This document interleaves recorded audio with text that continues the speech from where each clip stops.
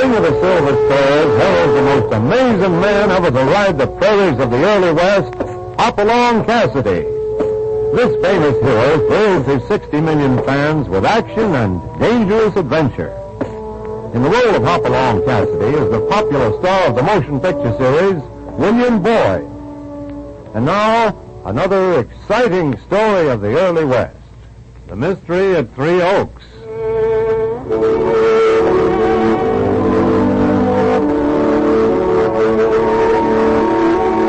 There was a time when Three Oaks was a busy little town.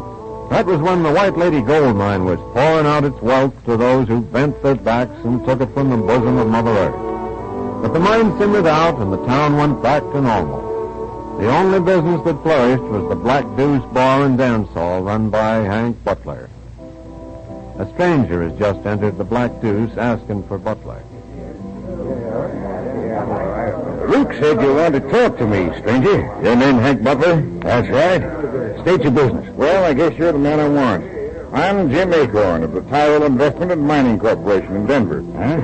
I'm here to offer you a fair price for your stock in the White Lady Gold Mine. White Lady Gold Mine? Well, that mine ain't been worked for 10 years. I'm not here to discuss that, my friend. I'm here to make you a bona fide offer of 50 cents a share for your 5,000 shares. You bought any others? I'm buying 5,000 from Crater Waters, buying 10,000 shares from a fellow named Clem Higby, 5,000 from Hopalong Cassidy. Hopalong Cassidy, eh? He don't live around here. I'm meeting him at the hotel this evening. He's riding in. 50 cents a share, eh? That's right. And I'm only making one offer. You know, fella, I'll be mighty glad to get anything from that stock, but, hey, what you so nervous about? Me? Nervous? What? How do you mean? Keep twisting your fingers like you're twirling a mustache. And you ain't got one. Force of habit, friend. I had one for 15 years. Just shaved it off today. Guess you can't be too particular who I'm dealing with, because I'm only interested in cash. You'll get cash, my friend. So will all the other stockholders. Jim Acorn is an honest man. Hey, Butler. There's a cowpoke calling the ruckus at the bar. Yes, eh? Excuse me a minute, Mr. Acorn. Before you leave, maybe you should know who you're dealing with. Here's my card and my letter from the firm. No need of your seeing the letter. It's kind of private correspondence. Oh, it's all right with me. Just bring the cash. That's the way I like to deal, Mr. Butler.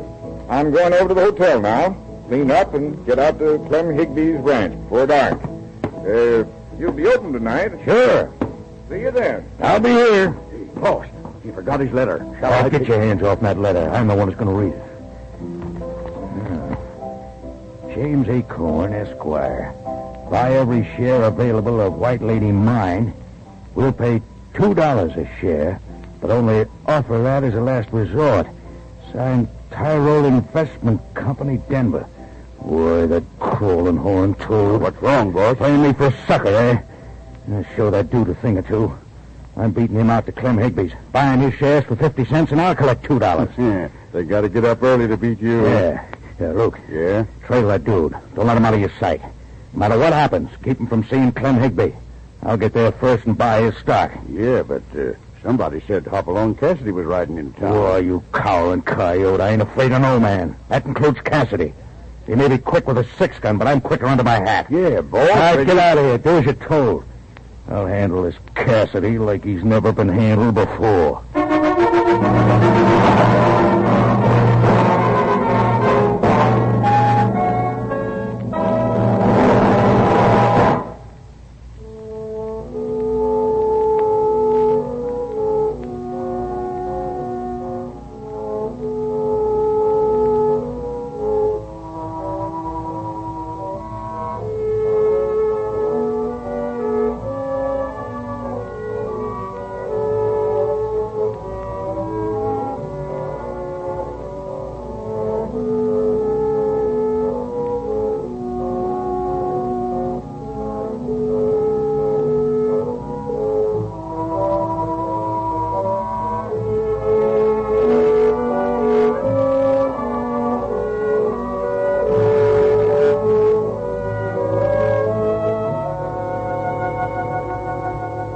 Now back to Hopalong Cassidy and our story, The Mystery of Three Oaks.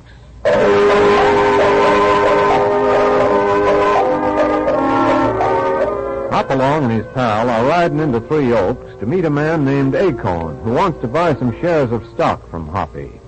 Shares in the White Lady gold mine. It's been a long, hot ride under the broiling sun, and they're mighty glad to tie off back of the sheriff's office so they can rest for a spell on the shady green veranda. Oh, Tonto. Here's plenty of shade. I gotta find me some of that there shade, too, or I curl up like a overdone flapjack. I know how you feel, California. Cool spot looks pretty inviting right now. Yeah, we better get our business over and get back to the Bar 20. Them new hands and everything. We'll get an early start in the morning. This is as far as I'm a-going. This first chair. Don't ask me to move out in this chair till dark. I won't. You just rest, and I'll drop over to the cafe with the sheriff and get some food. Food? Oh, you mean victuals? Yeah. Oh, now, Hoppy, maybe I ain't as tired as I thought. There's Sheriff Curtis now. Hello, Sheriff. Well, Hopalong Cassidy. Howdy. And welcome to Three Oaks. What brings you? Money. Yeah. Huh? Got a letter from a fellow offering to buy 5,000 shares in White Lady Mine. Oh, you too, huh? Huh? Colonel Waters got the same offer on his shares. All set to sell when his ranch house was busted into and the shares stolen. Happened the very night Acorn arrived in town. I'm to meet him at the hotel. Well, sit back and rest. I just saw him all dulled and duded up, riding out of town toward the Clem Higby's ranch. Oh, then we'll have to wait.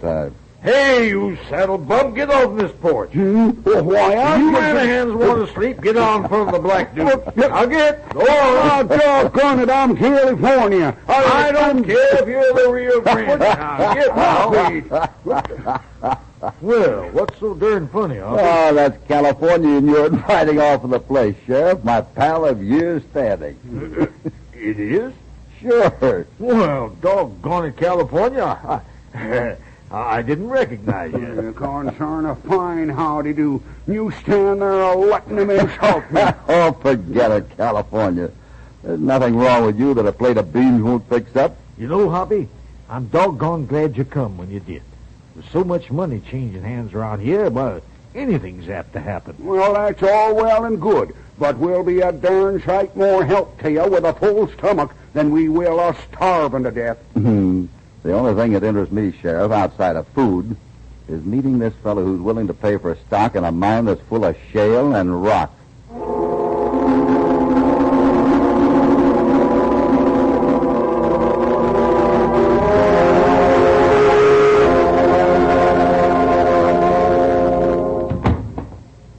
Thought I told you to knock before you come in, Luke. I had to see you, boss.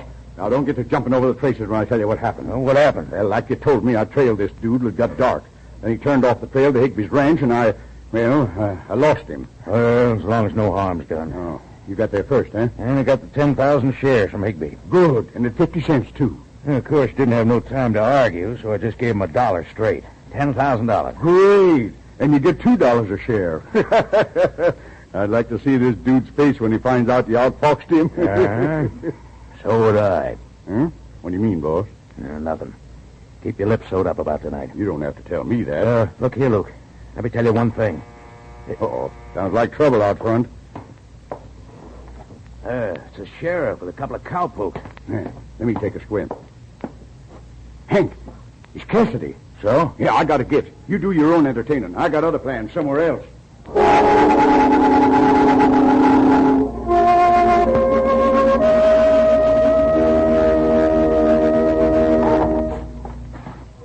Well, we might as well sit near the window here, Hoppy. Anywhere suits me. Yeah, just so they can get to the table with the grub. Another stockholder in the mine runs this Black Deuce Cafe, Hoppy. Yeah? Yeah, Hank Butler. Cagey sort of feller. Doing right well with cards. Ain't nobody can take him in poker. And some of the darnest hands he gets. Fours. Straight flushes. Hank Butler. Know him, Hoppy? Just trying to think. I don't remember that name, but the technique sounds familiar. Well, you get to meet him.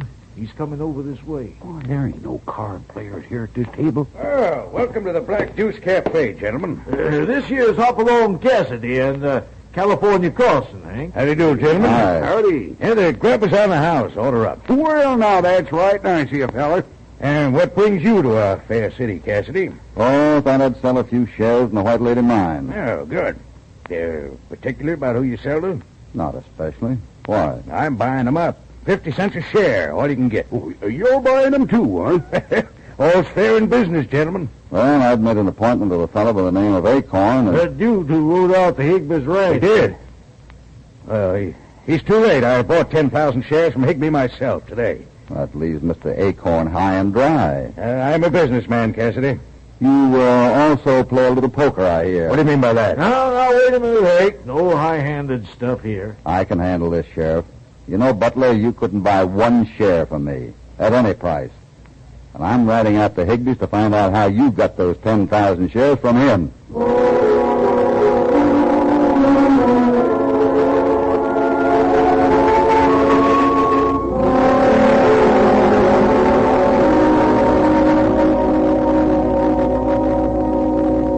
That's all there is to it, Mr. Cassidy.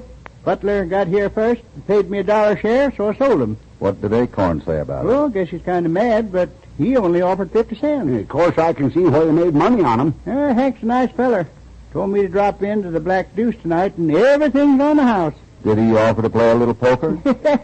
I'm one fella he knows he can't beat. Why? Oh, just thinking. Better leave the 10,000 here when you go in tonight. I ain't no yearling. I've been weaned, Cassidy. Don't you worry none about me. Well, I guess we'll be going back to the hotel. Get our business over with Acorn and head for the bar 20. You'll get a better price from Butler. I did. How can Butler afford $1 a share, while Acorn is offering 50 cents? Each share is numbered. He'd better check them. Numbered? I couldn't tell you. Tain't no affair of mine. No, I guess not. Well, you ready, California? Yep, been ready for 10 minutes. I'll see you in town tonight, Cassidy. I'm sure you will. How do you mean that? You know, Higbee, I'm sorry you asked that. Mm-hmm. Yeah, I don't quite know myself what I meant. Yet.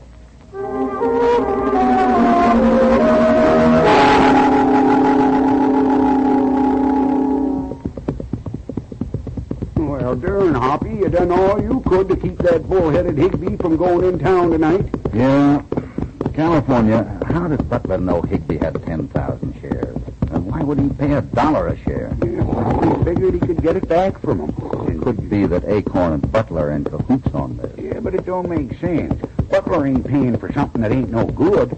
Maybe when we talk to Acorn, we'll have the answer. Well, we turn on the trail right up ahead. Yeah. What's wrong, Hoppy? Oh, Topper. Oh, boy. What's wrong, I asked you? I was afraid of this, California. Well, it's a man laying on his face. Yeah. And I'll give you my 5,000 shares if the man's name isn't Acorn.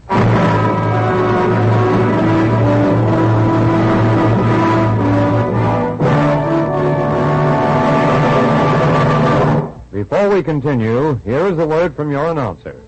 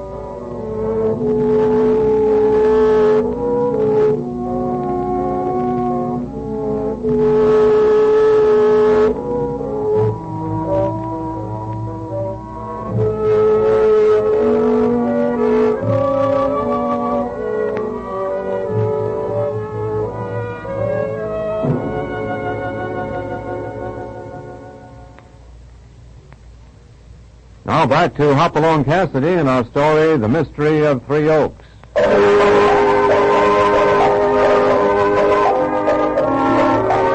Hopalong Cassidy and his pal California Carlson came to Three Oaks to sell 5,000 shares of the White Lady Mine to a fellow by the name of Acorn. Hoppy found that Hank Butler, owner of the Black Deuce Cafe, had been doing some buying, too. 10,000 shares at $1 a share from Clem Higby. Hoppy rode out to the Higby Ranch to find Mr. Acorn and found him dead. I felt this in my bones, Hoppy, since that Acorn fella got in town. Not much you could do then, Sheriff. Yeah, there ain't a lot I can do now till get some kind of evidence. It seems to me you could start at that Black Deuce Cafe. Yes, I was thinking the same thing. Hank Butler admitted he was out there on the Higby Ranch buying them shares. That's right, Sheriff. Yeah, and that Luke fella has disappeared, hide and hair. He generally does Butler's dirty work. Yeah, if Butler didn't do his own. Well, we'll soon know. Deputy Willard knows where Luke holds up when he's in trouble. Like as not, he's got him already. And don't forget that Higby. Acorn was killed on his ranch. Yeah, but what would Higby have to gain? He already had his money from Butler. It don't make sense. Now, I don't say Higby did it. It could have been possible for Acorn to have met Butler out there and then, well, disagreed. Yes, you're right, Hoppy. That's just what happened. You're right as rain. Yeah, Butler mad is all get out because Acorn caught him in his dirty work. But we have to have some proof. Yes, I can't just drag everybody to jail. Sheriff, looks to me like a killing for greed. Well, then why wasn't Higby killed? He had 10,000. Because he can be relieved of that money without a killing. Well, how do you mean, Hoppy? Poker. Butler? Yeah. Oh, I'm beginning to see what you're driving at, Hoppy. You do? What is it? Why, Butler, that is, Acorn tried to beat Butler for the shares, and, well, what did happen? We won't be sure till the killer tells us himself. Well, that may be sooner than you think, Hoppy. Yeah, I see Deputy Willard bringing in that Luke fella. If we can get him to talk, it'll save a lot of time.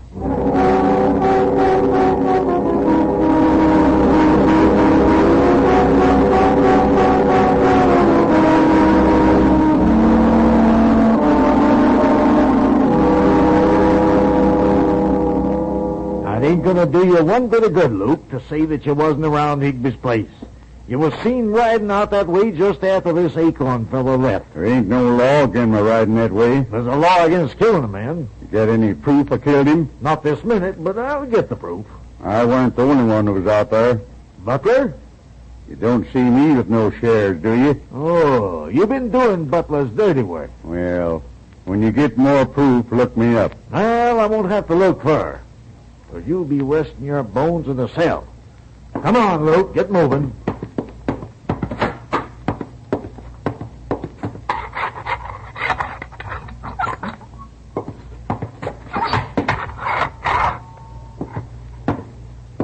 You may be the law, but you'll pay for this. Yeah?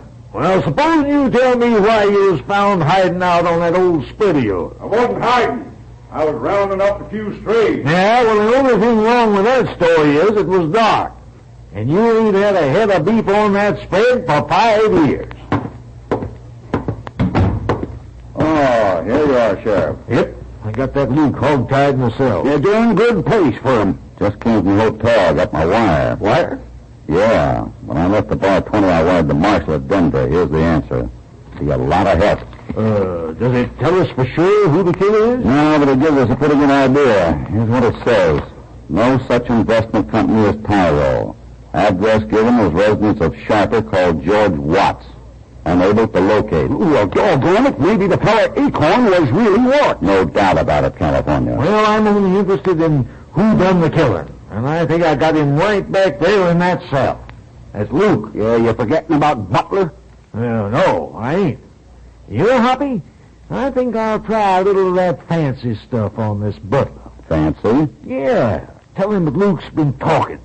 Then, if he knows something, he'll open up wide as a barn door, figuring that he'll only tell one side of it. Why, doggone it, Sheriff, you'll go doing that and we'll have another killing. You're a good lawman, Sheriff, and I don't want to be offering advice. Now, don't feel that way at all, Hoppy. 2 heads is better than one. If they're not on the same man. Yeah, but how do you mean, Hoppy? Well, I don't go much for this beating around the bush. I'm right to the point and lock 'em up. And then I figure it out. Mm-hmm. Well, Sheriff, what do you say we take a walk down to the Black Deuce Cafe? I think you'll see a mighty interesting poker game. Poker game? With a killing waiting to be solved? The Black Deuce might be a good place to solve it. Yeah, and a feller can get a stack of flapjacks while he's figuring it out. Always thinking of your stomach, aren't you, California? Well, I'm so empty, my stomach's wearing a callus in my backbone. Let's get down to that Black Deuce pronto.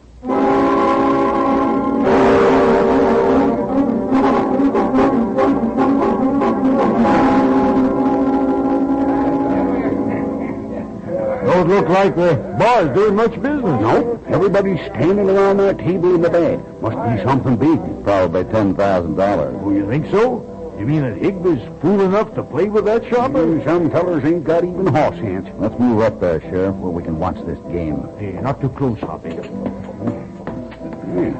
Looks like the game's over. Higby's just staring at Butler. It looks like trouble. Why, you dirty polecat, you cheated me and you knowed it. Why, you... Move, Higby, and I'll gun you down. Yeah, like you did that acorn fella, huh? Only I'll face you. You do your killing from the That's back. far enough, boys. Put up that 6-gun, Yeah, Butler. the plum cheated, Sheriff. That's the chance you take when you play. All right, boys, break it up. Get moving. Come on. All right, everybody, go on with your business. Tony, play some music. Anytime a man beats me when I got fours, he's a All right. Calm down. Nothing you can do now. I'll be talking to Butler, Hoppy. I'll see you in a minute. Right, Sheriff. Yeah, time something was done with that sharper. You say you had 4? Yeah, that's right. 4 queens. You threw away 1 card and drew 1? Yes, that's good poker. And he drew 1 card, too. Yeah, that's what he done. And he had a straight flush to beat you. Well, how do you know? You wasn't here. I thought I recognized that technique from somewhere. Now I remember. You do? Somebody you knew before, Hoppy? Yeah. Higby, was Acorn angry about your selling those shares to Butler? He sure was. He twirled that big mustache of his like he was going to twist it off. He lit out of my place like he could tear Butler apart. How long after Butler left with the shares before Acorn came? Oh, not more than 10 minutes. Caught up with him, and Butler fought him and killed him. Higby, I'm going to get that $10,000 back from Butler. Hey, they'll be shooting. No, I don't think so. I'll get it back at his own poker table. Hoppy, you ain't gambling. No, California. Just beating a crook at his own game.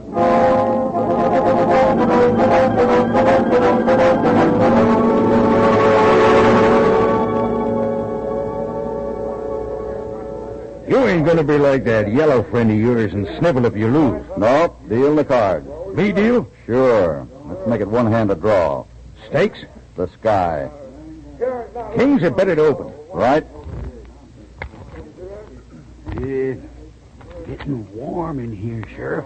Sure is. I don't know what Hoppy's up to. You can be darn sure he does. You open, Cassidy? Yeah. I'll open for 10,000. 10,000? Yeah, that Cassidy's no fighter. He's matching this fella. I'll stay. Sheriff, Hoppy's got 4 jacks. I see him. How many cards you drawing, Cassidy? Give me 2. Oh, the fool. He's throwing away 4. How many? You say 2. That's right. And off the top, too. Yes, of course. Here. 1, 2. Now he's only got 3s. California. I'm taking 1. I'm throwing in another 10,000, Butler. You and Cassidy, I can't call. And I'll tell you why you can't call Jim Paget. Huh? Last time we met, you were Jim Paget. Same old trick, eh? You expected me to draw 1 card. The next card would have made you a straight flush. I don't know what you mean. Here's what I mean. I drew the 6 and ace of clubs. If I'd have drawn none, you'd have had one end. If I'd draw 1, you'd have had the other end. Why, Butler, you've been cheating these folks for years. And he cheated me out of my 10,000, too. And that ain't all he's done. California. Let me see those shares you bought, Butler. You accusing me of something else? Let him see him, Butler. Where are they? Right here in my inside coat pocket. Yeah, there. Mm-hmm. Can you tell anything by him, Hoppy? Yes, I can, California. Acorn had bought 5,000 shares from Curly Waters. And no shares was found on Acorn. That's right. Whoever has Curly shares... Done a killing. See anything,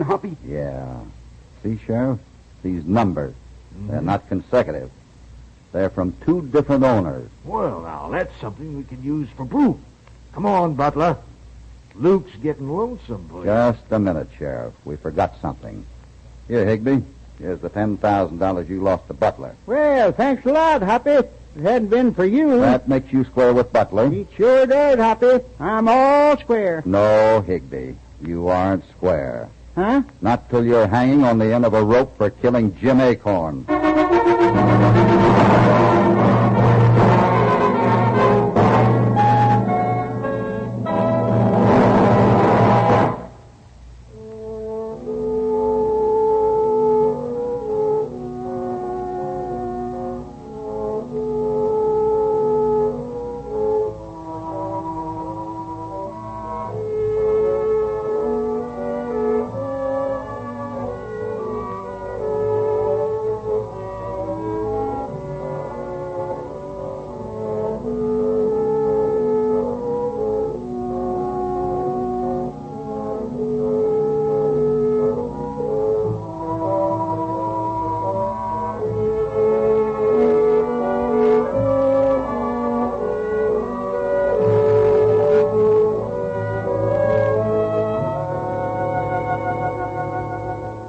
Now back to Hopalong Cassidy. Hoppy, I thought you was plumb loco when you said that Higby was the killer. Well, Higby admitted it. He confessed. Yeah.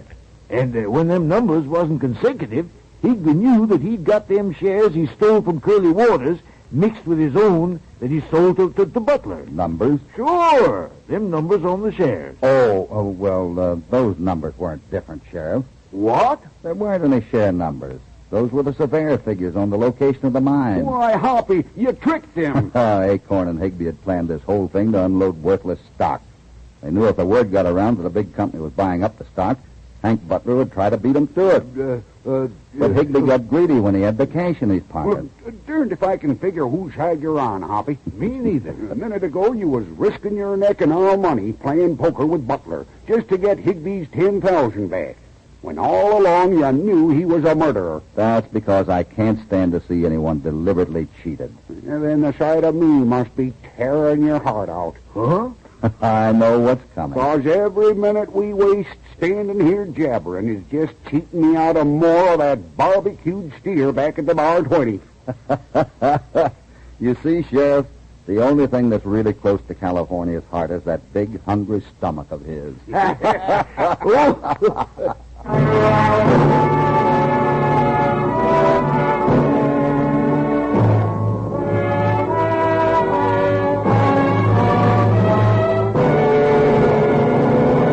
Goodbye from Hopalong Cassidy. Hoppy in California will be back soon, and of course we hope you'll be with us. You won't want to miss this next experience of theirs, so don't forget it, will you? Hopalong Cassidy, starring William Boyd, is transcribed and produced in the West by Walter White, Jr. The Mystery of Three Oaks was written by Howard Swart. All stories are based upon the characters created by Clarence E. Mulford. This is a Commodore production.